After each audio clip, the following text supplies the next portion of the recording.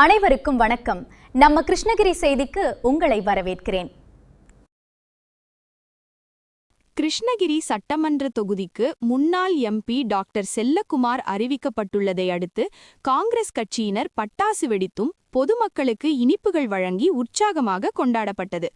கிருஷ்ணகிரி மாவட்டத்தில் உள்ள கிருஷ்ணகிரி, ஊத்தங்கரை ஆகிய இரு சட்டமன்ற தொகுதி ஒதுக்கப்பட்டது.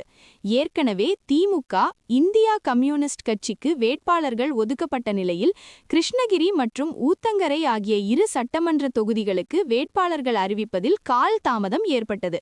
இந்த நிலையில் பெரும் எதிர்பார்ப்புக்கு இடையே இன்று கிருஷ்ணகிரி சட்டமன்ற தொகுதிக்கு அகில இந்திய காங்கிரஸ் கட்சியின் பொதுச் செயலாளரும் முன்னாள் கிருஷ்ணகிரி பாராளுமன்ற உறுப்பினருமான டாக்டர் செல்லக்குமாரும் ஊத்தங்கரை தனி சட்டமன்ற தொகுதிக்கு குப்புசாமி ஆகியோர் அறிவிக்கப்பட்டனர்.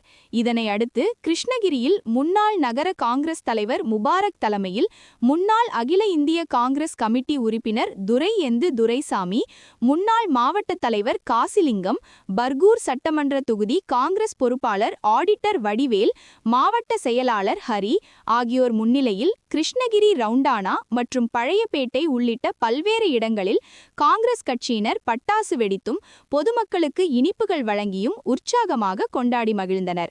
மேலும் இந்த நிகழ்ச்சியின் போது சிறுபான்மை பிரிவு மாவட்ட தலைவர் முனீர் அகமத், மாவட்ட பொதுச் செயலாளர் கமால்கான் மற்றும் காங்கிரஸ் கட்சியை சேர்ந்த ஜெயப்பிரகாஷ், கமலக்கண்ணன், சக்கரவர்த்தி, பாண்டுரங்கன், நெடுங்கல் சுப்பிரமணி, வழக்கறிஞர் குலாம் நபி ஆசாத், இப்ராஹிம், சல்மான், மன்சூர், வெங்கடாசலம், தனபால், முனவர் பாஷா, சதாசிவம், சுன்னரேசன், சக்திவேல், அப்புகவுண்டர், முயின்கான் சபரிஷன், மதுரை செல்வம், மஞ்சுநாத், நஞ்சுண்டன், கராமத், ஜப்பார் உள்ளிட்ட ஏராளமான காங்கிரஸ் கட்சியினர் உற்சாகமாக கலந்து கொண்டனர்.